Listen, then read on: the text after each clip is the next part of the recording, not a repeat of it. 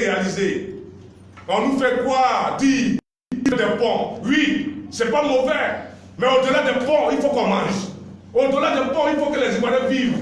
Il ne faut pas que ces ponts-là servent au corbillard pour transporter les corps, pour aller les enterrer.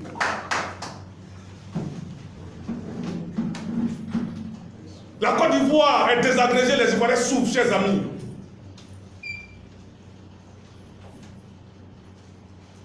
C'est pourquoi l'appel d'Henri Konan Bédié est salutaire. Tout Ivoirien responsable, tout Ivoirien responsable doit saluer cet appel d'Henri Konan Bédié. C'est pourquoi cette plateforme tant entendue, il faut que les aînés se précipitent. Cette plateforme qui va mettre ensemble les partis politiques, la société civile, soit une plateforme qui se réalise maintenant parce que les Ivoiriens attendent cela. 2020, c'est maintenant. Parce que Ouattara se comporte, j'allais dire, comme un louba. Ouattara se comporte comme un louba. Parce que regardez les élections. Malgré le fait que la CEI est contestée, les Ivoiriens sont allés aux élections parce qu'il ne faut pas laisser, tout le territoire à Ouattara. Au plateau, le PDCI a gagné. Ouattara comme un louba venait arracher les victoires. À Bassam, regardez tout ce qui s'est passé. Je ne vais pas vous raconter encore les événements de Bassam. Ouattara brigade tout. Et aujourd'hui, le RHDP dont il parle, pour lui, si l'opposition ne pouvait pas exister, il allait crier victoire. Parce que Ouattara veut se mettre dans un système où le RHDP seulement n'existera qu'en Côte d'Ivoire et il va gouverner comme un monarque où ses héritiers vont passer au fur et à mesure. Et on menace, il y a des pressions sur les gardes médiantes. Ouattara était dictateur. Voici la preuve de sa dictature, chers amis. Voici la preuve de sa dictature. Comment peut-il menacer des cadres? Parce qu'il n'adhère pas au RHDP. Après le 26, celui qui ne clarifie pas sa position sera traqué. Mais dans quel pays sommes-nous?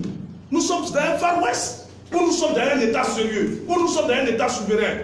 Il faut mettre fin à ça. C'est pourquoi, chers amis, je suis venu pour que vous portez notre voix.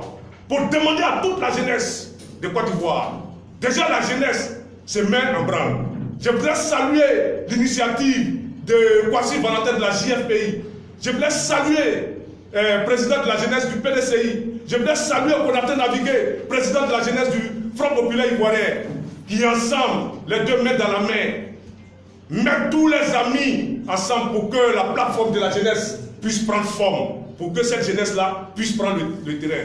Je voudrais saluer tous ces jeunes qui se rencontrent souvent, Yao Innocent, Nyamata Dogo, Eric Seri, en tout cas tous ces jeunes, j'en passe, Razi, etc. La jeunesse se met déjà en mouvement. Il faut que les populations accompagnent, les Ivoiriens comprennent et accompagnent. C'est ce que je suis venu vous dire, chers amis de la presse. Il faut mettre fin au loubadisme de M. Ouattara. Je vous remercie.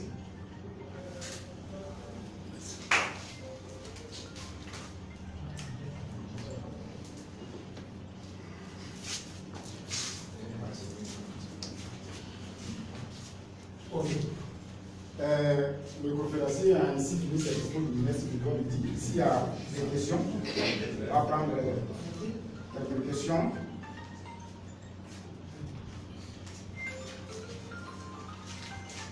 La question? Moi, je me question. On retient quoi? C'est Jérôme du Nouveau Réveil. Votre structure, c'est quoi? C'est la confédération de la Gora qui parle? Qui parle? C'est notre structure qui parle. C'est la Fédération nationale.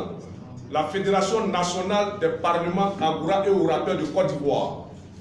FENA, pas aussi. C'est notre structure qui parle, cher ami Jérôme, du Nouveau Réveil. La Fédération nationale des parlements, Agoura et orateurs de Côte d'Ivoire. FENA, pas aussi.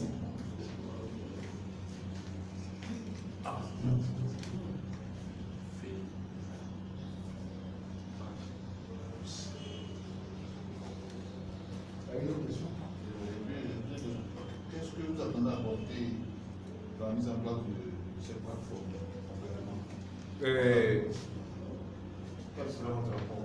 Non, notre rapport, cher ami journaliste, au niveau de la jeunesse, et sans vous le cacher, j'ai toujours côtoyé le président de la jeunesse de PDCI. Vous avez dû le remarquer sur le terrain, parce que je l'accompagne partout, à prendre ses responsabilités, à rencontrer, naviguer, pour qu'au niveau de la jeunesse, une plateforme se mette sur pied pour inciter les aînés à précipiter parce que la mise en place de leur plateforme, parce que les Ivoiriens attendent beaucoup de ça. Et donc nous là, on se rencontre, nous au niveau de la jeunesse, on se rencontre, nous multiplions les rencontres, nous préparons des actions pour que rapidement on occupe le terrain. C'est ce que nous sommes en train de faire. Et je contribue, j'y participe. Ça, je vous le dis. Voilà, donc peut-être ici, je ne vais pas vous livrer pratiquement tout ce que nous préparons, mais je peux vous rassurer, chers amis journalistes, que la jeunesse se rencontre. La jeunesse se rencontre, et vous avez dû voir, nous sommes déjà rencontrés Ouattara Nyonzié, du RPP. Nous sommes allés rencontrer le président Pascal Affi-N'Guessan du Front Populaire Ivoirien pour présenter, j'allais dire, ce que la jeunesse est en train de faire. Et nous avons en tout cas des activités, des actions à mener, des actions à venir qui se préparent, chers amis. Voilà. Donc nous nous préparons, cette jeunesse, à aller rencontrer le président Arikona Bédié pour lui parler des projets de la jeunesse. Cette jeunesse de Côte d'Ivoire qui est en train de se mettre ensemble pour pouvoir, en tout cas, comme un seul homme, mener des actions en Côte d'Ivoire. Voici ce que je voudrais vous dire, chers amis journalistes.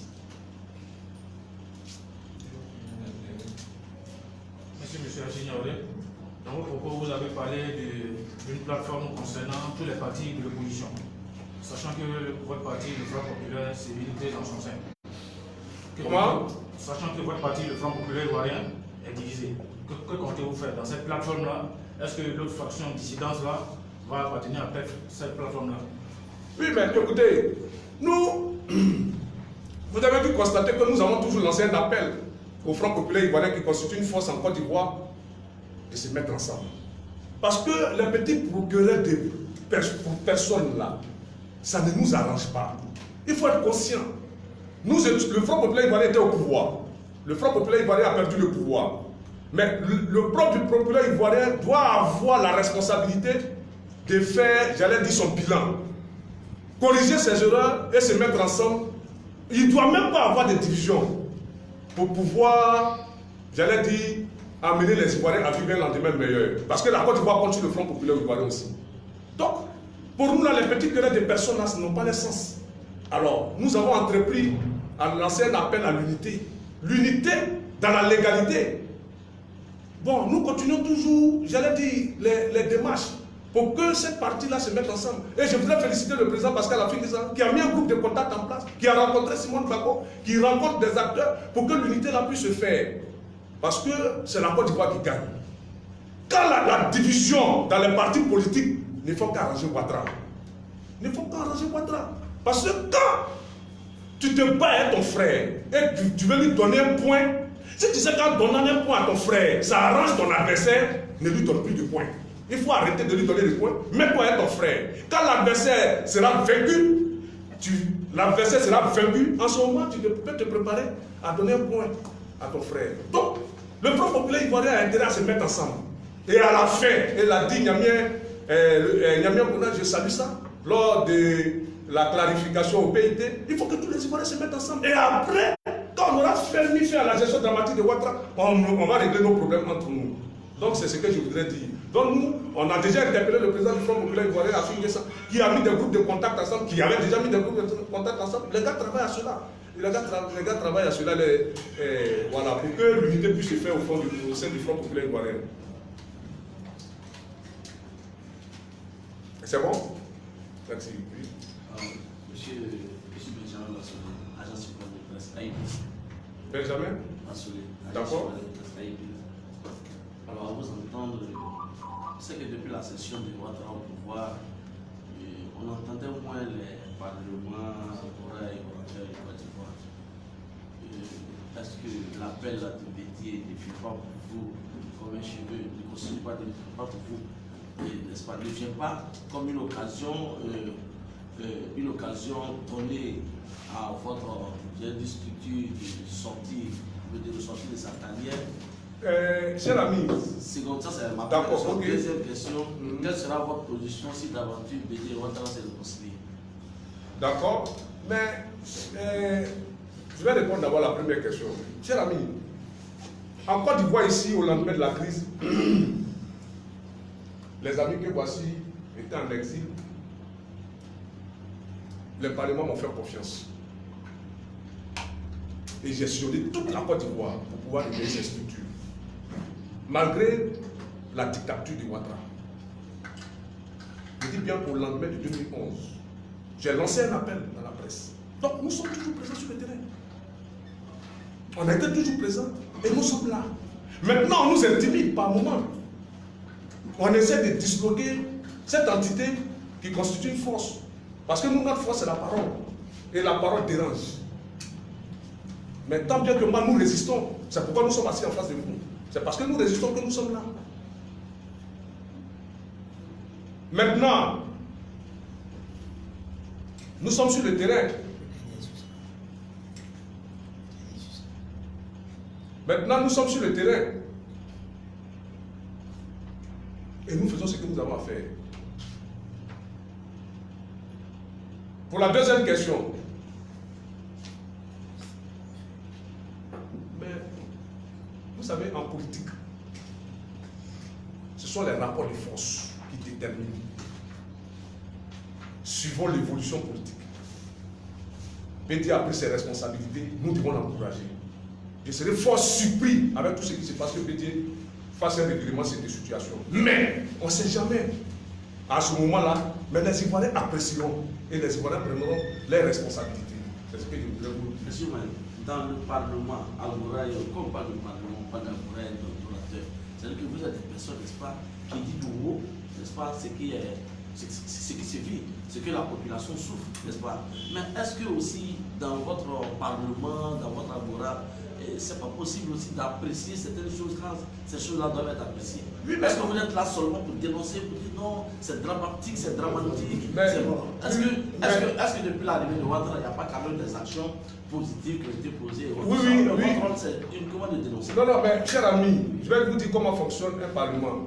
Un Parlement, il y a des conférences, il y a des plénières, il y a des débats. Nous, c'est la parole libérée. Voici comment nous fonctionnons. Mais cette parole libérée peut quand même encenser certaines actions. Oui, mais cher ami, c'est à chaque Parlement d'apprécier. C'est à chaque Parlement d'apprécier. Selon les orateurs mènent des débats. Quand une action est bonne, nous disons que c'est bon. Quand une action est bonne, nous disons que c'est bon. Mais quand une action est dramatique, nous disons aussi qu'elle est dramatique. Voilà la réalité, cher ami. Voilà. Donc, ça, il faut l'accepter. Merci beaucoup. J'ai deux questions. Je suis Chris Padon, senior de la télévision Chikatili. Alors, vous avez plus ou moins présenté vos griefs envers le président Alassane Ouattara. Mais moi, je voulais juste vous poser une question au regard de cet enfer que nous constatons en Côte d'Ivoire. Et simplement, je vous demande quelle classe politique aujourd'hui ivoirienne avons-nous aujourd'hui? Quand vous voyez que le FPI était fragilisé, divisé, le PDCI, pareil, un groupe de dissidents aujourd'hui a rejoint le RHDP, les petits partis qui gravitaient autour du RHDP, que ce soit l'UPC, le MFA, tous ces partis sont divisés. Mais est-ce qu'au finish, Ouattara n'est pas un fait stratège? Est-ce qu'il n'est pas plus fort que tous ces politiciens qui sont Non, écoutez, mais Ouattara n'est pas plus fort que ces politiciens qui sont autour de lui. Non. Ouattara n'est pas plus fort. Nous connaissons la valeur des hommes politiques à Côte d'Ivoire. Mais c'est pourquoi nous ne cessons de les interpeller. C'est pourquoi nous ne cessons de les interpeller. Pour dire que quand tu veux mener une action, quand tu luttes contre un régime que tu veux mener une action, si cette action arrange le régime, fais un sacrifice, arrête. Sinon tu fais le jeu de Ouattara. Ça, il faut le dire clairement. Arrête et il faut faire la politique. Face à Ouattara, il faut faire la politique. C'est pourquoi nous sommes assis ici pour les interpeller tous, pour qu'ils prennent conscience de la responsabilité qui les engage. Parce que le peuple de Côte d'Ivoire les regarde. Voilà, cher ami. Donc ces acteurs politiques-là, nous les interpellons et nous leur demandons à chaque fois de se mettre ensemble. Parce que Ouattara, la division ne fait que l'arranger. Mais nous avons des hommes politiques de valeur en Côte d'Ivoire. Donc il faut se mettre ensemble. Et c'est pourquoi nous disons que nous saluons la paix de Bédié, qui est un dinosaure, qui est une référence en Côte d'Ivoire, qui a tendu une main aux acteurs politiques et à toute la population ivoirienne. Il faut saisir ça pour régler tous nos différends, se mettre ensemble et puis arrêter de pleurnicher pour pouvoir mettre fin, je dis bien toujours mettre fin à la gestion dramatique de Ouattara parce que 2020 c'est maintenant. Voilà ce que je voudrais te dire, cher ami. Oui, allez-y. Président, dans vos propos liminaires, vous avez encouragé, félicité le président pour Nissan. Je pense que j'aimerais vous poser une question. La sortie, l'acquittement du président Laurent Gbagbo, pour vous, est-ce un rêve irréalisable ou est-ce une réalité qui pourra prendre forme? Non, mais écoutez, moi, la réalité a déjà pris forme. Quand la chambre préliminaire, avec le juge, demande l'acquitter, rend son verdict et acquitte Laurent Gbagbo, avec effet immédiat, mais le rêve s'est réalisé. Le reste là, ce n'est que des approbations faites par la CPI pour Bensouda essaye de s'entêter pour sauver la face. Mais Laurent Gbagbo va sortir. Ça c'est clair. Donc ce rêve-là, on n'a plus même à spéculer dessus. Ce rêve est devenu réalité. Laurent Gbagbo sortira de la prison. Maintenant, à nous de savoir tenir des discours de responsabilité, d'hommes politiques responsables. Voilà la réalité.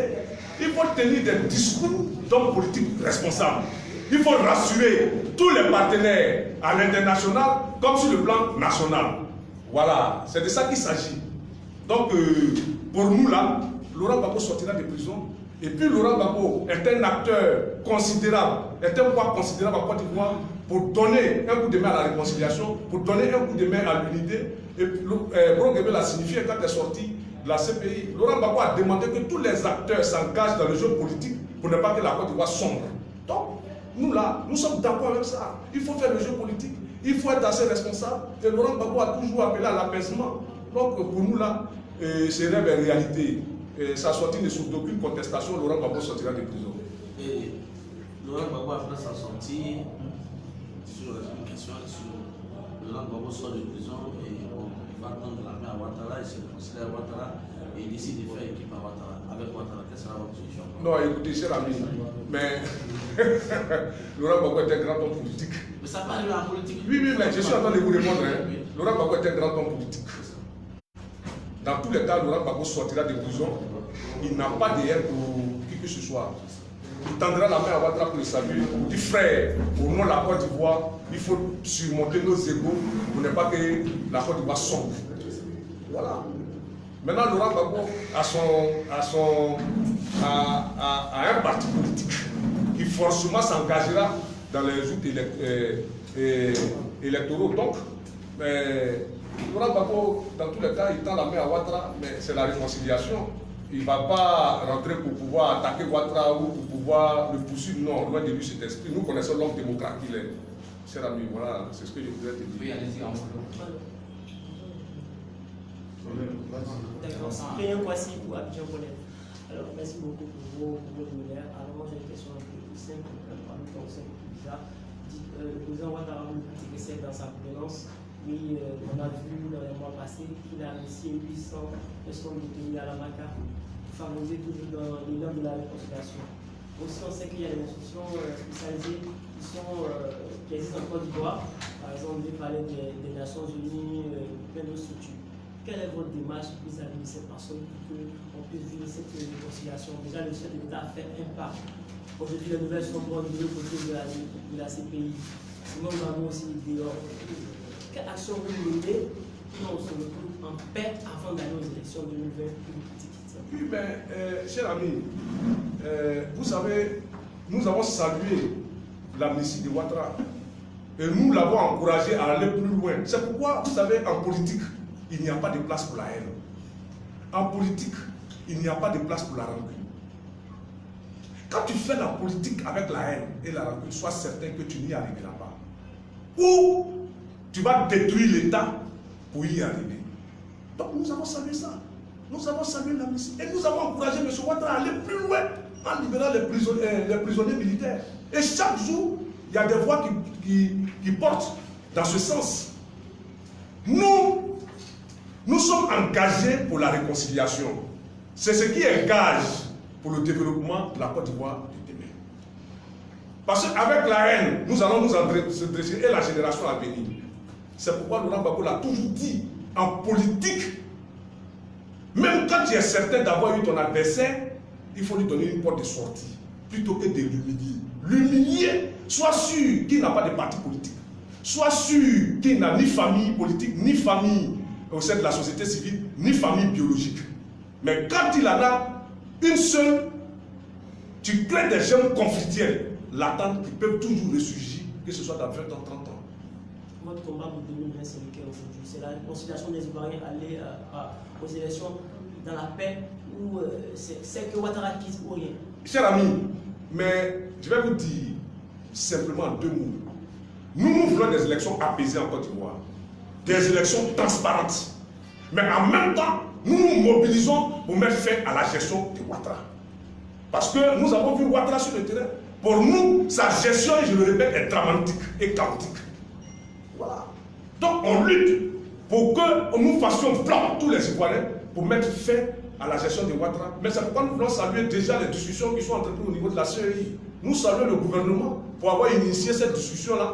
Et il faut que les choses se fassent dans la transparence parce que c'est ce qui engage la stabilité en Côte d'Ivoire.